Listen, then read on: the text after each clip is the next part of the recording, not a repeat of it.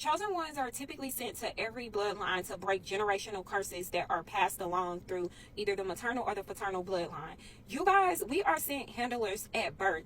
And if you are familiar with the term handler on a higher level, is what elites send to certain personalities that are higher up to keep them in check from saying the wrong thing, doing the wrong thing. They literally handle them.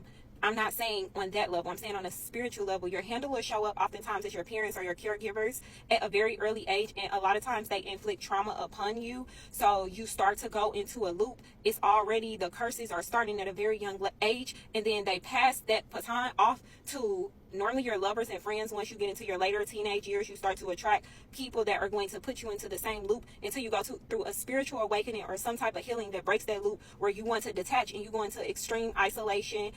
You always feel misunderstood.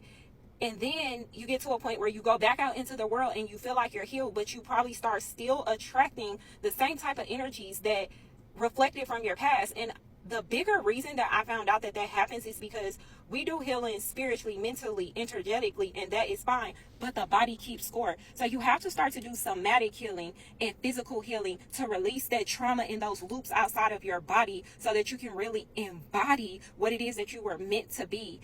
And if you find yourself like constantly in the same patterns, a lot of it is because, especially as women, you're holding on to that energy in your womb. It can show up as fibroids, cysts, heavy periods. This is stuff that I know even for myself. And I know there's so many other women, black women, that go through these things, and it's showing up for us in our body. And that's because the body keeps score. So we really have to focus on what we're eating, what we're putting into our bodies, the herbs we're taking, things that are magnetic, so we can really focus on healing all things, mind, body, soul, everything, because how you do anything is how you do everything.